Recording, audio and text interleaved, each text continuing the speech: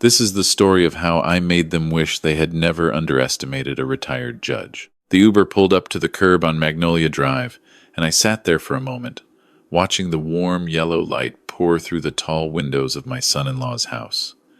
It was Thanksgiving evening, the kind of evening that shows up on greeting cards, frost edging the oak leaves, wood smoke drifting from the chimney, the faint sound of laughter carrying through the cold Tennessee air. From the outside, it looked like everything a family should be. But my daughter had stopped answering her phone 3 hours ago. I told the driver to wait. He looked at me, this old man in a wool coat, jaw set, hands steady, and something in my face must have told him not to ask questions. He just nodded and put the car in park. I had been halfway through my drive back to Nashville when the text came in. Not from my daughter, Sarah. From her neighbor 2 doors down, a retired schoolteacher named Margaret, who had my number because Sarah had given it to her years ago and said, "Call my dad if you ever see something wrong." Margaret had texted me 4 words. "Something feels wrong tonight." That was enough. I am 63 years old. I spent 31 years on the federal bench, the last 11 as a circuit court judge. I have seen every variety of human cruelty dressed up in Sunday clothes. I know what a house looks like from the outside when something ugly is happening inside. And standing on that driveway, looking up at those lit windows, I knew. I rang the doorbell. My son-in-law's mother answered. Diane, 60-something, pearls, a glass of wine in her hand, the kind of smile that is really just a warning dressed up as a welcome. She looked at me the way people sometimes look at a problem they weren't expecting to have on a holiday. "Gerald," she said, "we weren't expecting you." "No," I said. "I don't imagine you were. Where is Sarah?" Something shifted behind her eyes. Just a flicker. The practiced kind. The kind I had watched witnesses do on the stand for 3 decades when they were deciding how much truth to hand over. "She's resting," Diane said. "She wasn't feeling well. You know how she gets." I did not know how she gets, because my daughter does not get any particular way. My daughter is one of the strongest people I have raised, and the phrase "you know how she gets" was doing a great deal of work in that sentence, and none of it was honest. "I'd like to see her," I said. Diane stepped back, not quite an invitation, more a grudging acknowledgement that I was coming in regardless, and I walked through the front door into the warmth and noise of a Thanksgiving that my daughter was apparently not part of. The living room was full. My son-in-law Daniel's family, all of them, arranged around the fireplace and the long dining table that still held the ruins of a meal. His father, Robert, sitting at the head of the table like he had earned it. His 2 brothers and their wives. An aunt. A couple of family friends. 17 people from what I counted. 17 people who had eaten Thanksgiving dinner while my daughter was somewhere in this house, alone. Daniel was standing near the fireplace. He was 34, broad-shouldered, handsome in the easy way that sometimes makes men careless. He had the look of someone who had been enjoying himself until the doorbell rang. "Gerald," he said, crossing the room with his hand out. "Hey, we didn't know you were coming by." I did not take his hand. "Where is my daughter, Daniel?" The room went quiet in the particular way rooms go quiet when something has shifted, and everyone knows it. "She's upstairs," he said. "She's been... Take me to her." He opened his mouth, closed it, and then his father's voice came from the head of the table, low and deliberate, the voice of a man who had spent 50 years getting his way in rooms. "Son," Robert said to me, and the word landed exactly the way he intended it to, like a hand pressing down on a shoulder. "Why don't you sit down and have a plate?" Daniel said Sarah needed some quiet time. She was upsetting the dinner. I turned and looked at him. Robert was 71, built like a former linebacker gone soft, hands like dinner plates, hair still mostly dark. A man who had made a great deal of money in commercial real estate and had confused that success with wisdom for most of his adult life. I looked at him for a long moment. "I will not be sitting down," I said, "and I will not be having a plate. And if someone does not take me to my daughter in the next 30 seconds, I am going to call the police and report a welfare concern.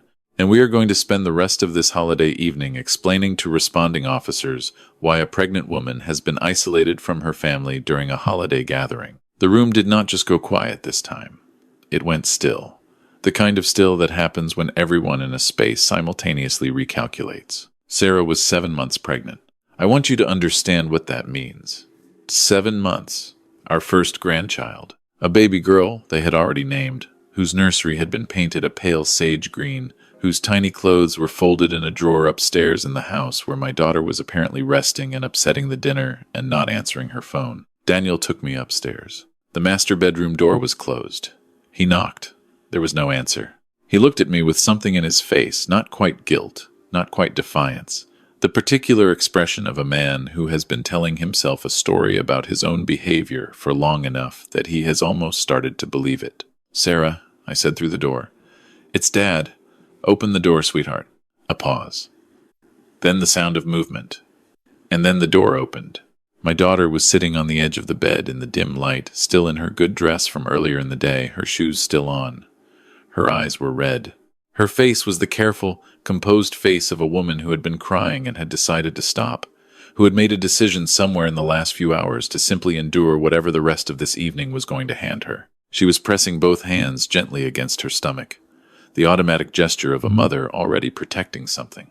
"Dad," she said, and her voice only broke slightly on the word, and I crossed the room and sat beside her and put my arm around her, and she put her head against my shoulder, and we sat there for a moment while I felt the specific, quiet fury of a father who has just understood something. I will not tell you everything she told me in that room, because some of it is hers to keep, but I will tell you enough. It had started 3 months earlier, when the pregnancy became visible. Small things at first, comments from Diane about Sarah's weight, about her emotional instability, about whether she was really ready for motherhood. Then larger things. Sarah had been working part-time from home, and Diane had taken to calling Daniel with concerns. Concerns about Sarah's cooking, her housekeeping, her spending, her priorities. Daniel, to his profound discredit, had listened, had nodded, had, on more than one occasion, repeated those concerns back to Sarah as though they were his own. Tonight had been the culmination of something that had been building for weeks. Sarah had made a dish for Thanksgiving, her grandmother's sweet potato casserole, a recipe she had been making since she was 12 years old. Diane had made a comment at the table, a light comment, delivered with the precision of a woman who had been practicing it, that perhaps Sarah should stick to simpler contributions given her condition, that the casserole was a bit much. Robert had laughed. Daniel had not defended her. And when Sarah's eyes had filled with tears because she was 7 months pregnant and exhausted and had been absorbing months of this, Diane had said that perhaps Sarah needed to go lie down, that she was upsetting the dinner, and Daniel had agreed. And my daughter had walked upstairs alone while 17 people went back to their plates. She had been up here for 2 hours. I sat with her for a few minutes. I did not say much. I have learned, in 63 years, that the first thing a person who has been diminished needs is not a solution. It is just to not be alone. So I sat with her, and I handed her the travel pack of tissues from my coat pocket, and I told her she was going to be all right, and I meant it. Then I told her I was going to go downstairs for a few minutes. She looked at me. She knows who I am. She has watched me work her whole life. She knows what going downstairs for a few minutes means when I say it in that particular tone of voice. "Dad," she said carefully, "please don't." "I am not going to raise my voice," I said. And that was true. I have never needed to. Before I left the room, I did something that the original detective in that other story failed to do. And I want you to note this specifically because it matters. I took out my phone and I pressed record. Audio. Tucked it into my breast pocket with the microphone facing out. 31 years on the federal bench teaches you that the moments that matter most are the ones that nobody believes happened the way they happened without documentation. Then I went downstairs. The room had resumed something like normalcy. In my absence, the low hum of after-dinner conversation, the clinking of glasses. Robert was telling a story. Diane was refreshing her wine. Daniel was standing near the window looking at his phone. I walked to the center of the room and I stood there until the conversation stopped. "I want to speak to this family," I said. "All of you." Robert leaned back in his chair with the expression of a man who has decided to find this amusing. "Gerald," he said, "tonight's not really the night for." "It is exactly the night," I said. And then I spoke. Not loudly. I want to be clear about that. I have never needed volume to command a room. I spoke at the same measured pace I used on the bench for 31 years. The pace that tells everyone listening that each word has been weighed and chosen and will not be retracted. I told them what my daughter had shared with me. I told them what 3 months of systematic diminishment looks like from the outside when you have spent 3 decades identifying it in courtrooms. I used the words I would use in a written opinion: deliberate, sustained, targeted. I watched Diane's face go from amusement to something harder. I watched Robert's jaw tighten. I watched Daniel stand very still near the window. And then Daniel's father made his mistake. He stood up. He was a big man, and he knew it, and he used it the way men like that often do, as punctuation, as physical argument. He looked at me from his full height, and he said, "I don't know who you think you're talking to, old man, but this is my house and my family, and you have no standing here." The room went very quiet. I looked at him for a moment. "That is an interesting choice of words," I said. "Standing. Let me tell you something about standing." I reached into my coat pocket, not for the phone, just for the notepad I always carry. The small one, the habit of 30 years, and I set it on the table. 14 months ago, I said, your company, Whitmore Property Group, filed an application for a zoning variance on the Clarksville development. That variance was approved by the County Planning Board in March. I know the name of the planning board member who cast the deciding vote after receiving a campaign contribution from a Whitmore-affiliated LLC 9 days earlier. I have the contribution records. I have the timeline. And I have, through a colleague at the federal courthouse, a preliminary inquiry that has been sitting in a drawer waiting for someone with standing to push it forward. Robert Whitmore did not sit down, but he stopped looking like a man who was winning something. I also have, I continued, the text messages your wife sent to my daughter over the past 3 months. Sarah showed them to me 6 weeks ago when I visited, because she was worried and she needed someone to know. I have screenshots. I have dates. And I have, should I need it, the contact information for 3 other women who were in relationships with men from your family in the past decade, and who experienced remarkably similar patterns of behavior, 2 of whom I know professionally, and both of whom, I believe, would be willing to speak to a reporter at the Tennessean if asked the right questions. The fire crackled in the fireplace. Somewhere in the kitchen, a timer was going off, unanswered. I want to be very clear about what I am and am not doing tonight, I said. I am not threatening anyone. I am a retired federal judge, and I am keenly aware of the laws around coercion.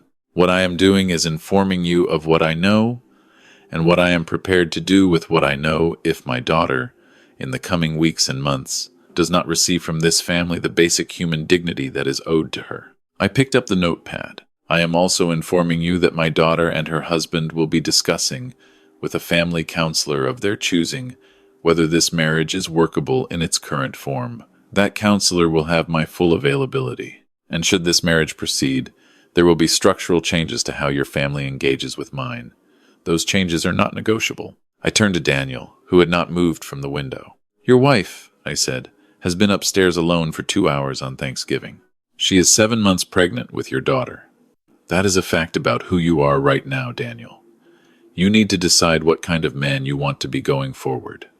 I cannot make that decision for you, but I want you to understand that the decision you make in the next several weeks will define what kind of father your daughter grows up watching. I buttoned my coat. I'll be taking Sarah home with me tonight. She will call you when she's ready.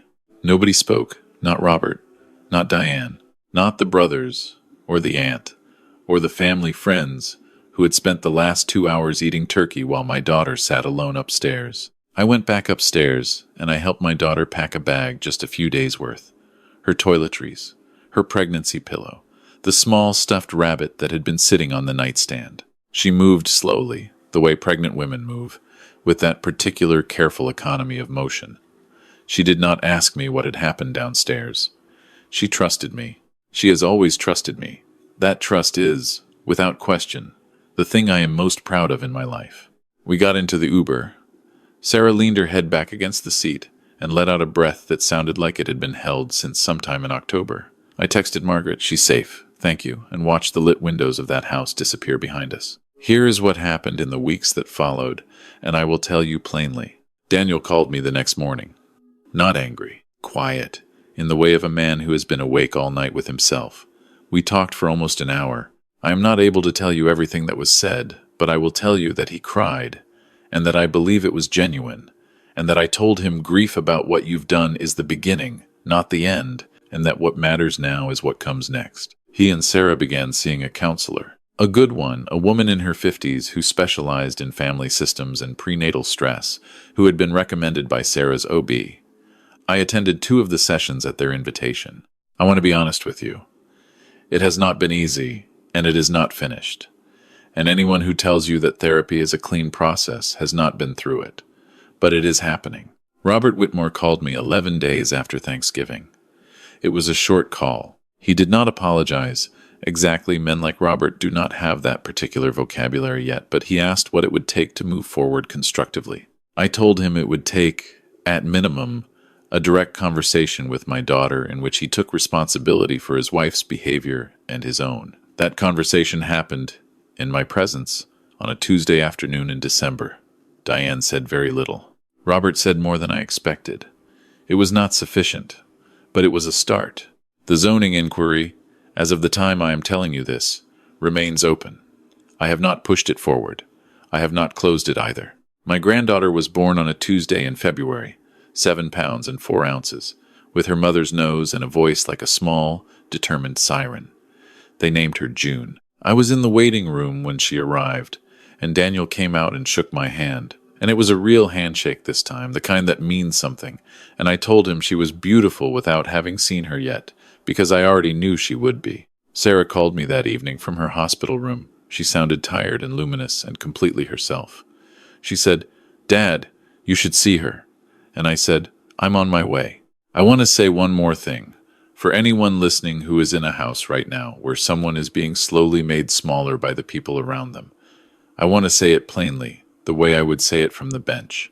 Power only respects documentation, and love means you pick up the phone. I have been a judge and a father for most of my adult life, and I will tell you honestly that the second role has required more courage than the first. The courtroom has rules.